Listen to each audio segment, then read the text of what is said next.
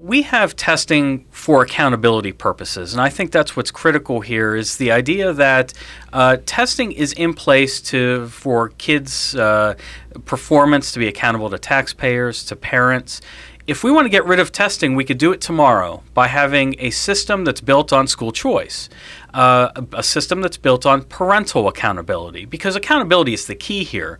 We want to make sure that schools are accountable to someone. We could either make them accountable via tests, or we can make them accountable via choice. And I think a lot of people who object to testing probably haven't realized that they are actually champions of school choice.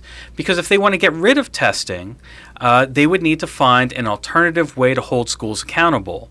And the best way to do that is through school choice.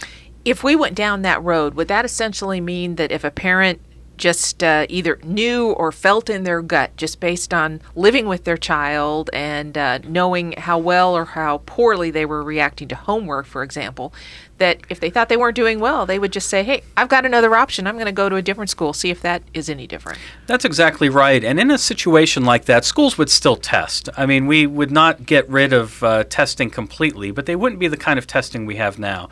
They would be diagnostic testing and not high-stakes testing that would really, indicate to how the school is doing as a whole, or whether we would give incentives or disincentives to those schools.